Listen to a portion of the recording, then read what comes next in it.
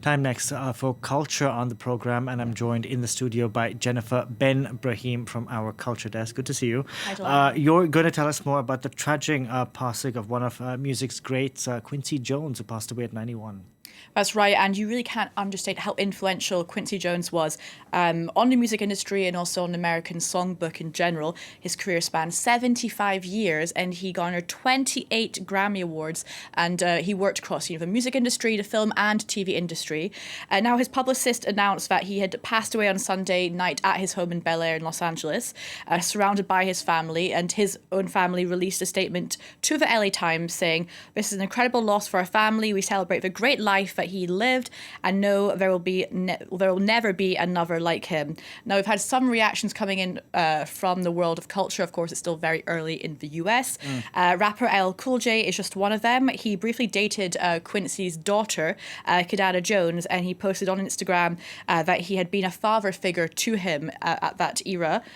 His close friend and actor Michael Caine also spoke about it on Twitter, calling him his celestial twin.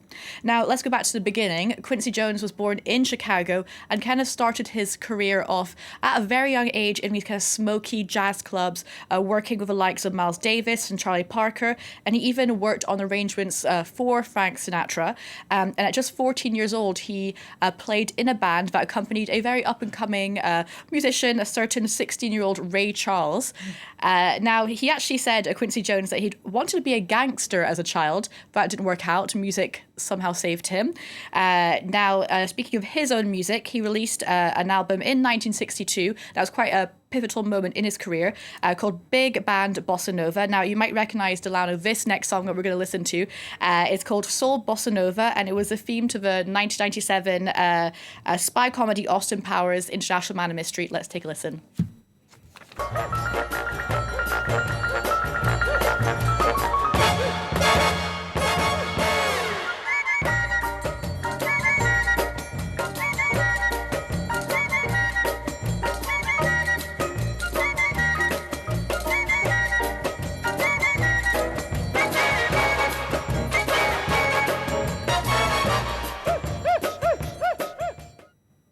Okay, now he may have started his career in jazz, but he also left his mark on the pop world, most notably his collaboration with Michael Jackson. He even produced what is still to this day the biggest selling album of all time, which is, of course, Thriller, and it cemented his position as this superstar producer.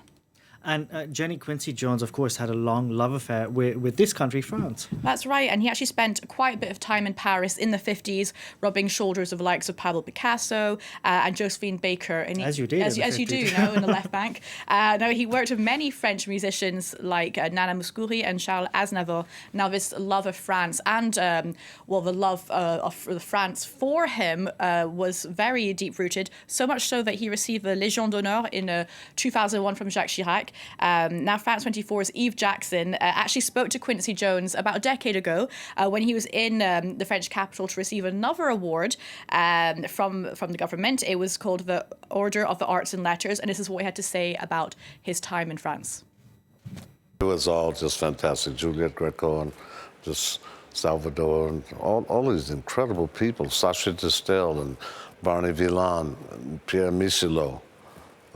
My house orchestra was the Duplessis, with Ward Swingle and Mimi Perrin, Christine Legrand. Michel Legrand did arrangement on his first song.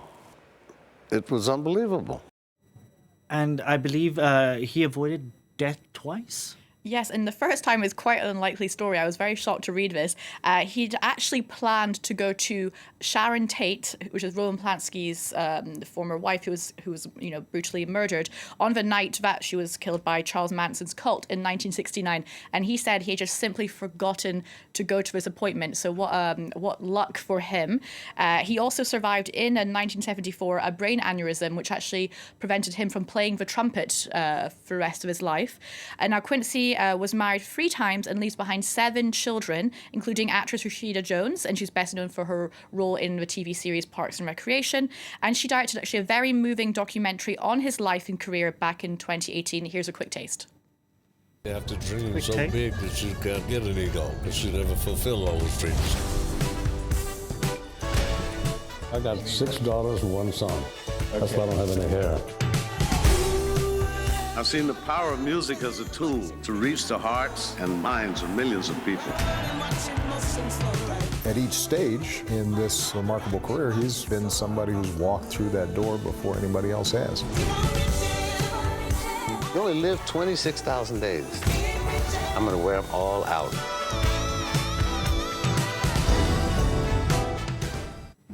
And we'll probably get a statement from the Vice President Kamala Harris on Quincy Jones's passing, because she herself is an avid music lover. Thank you very much for that, Jen Ben Brahim there. More news coming up. Stay with us.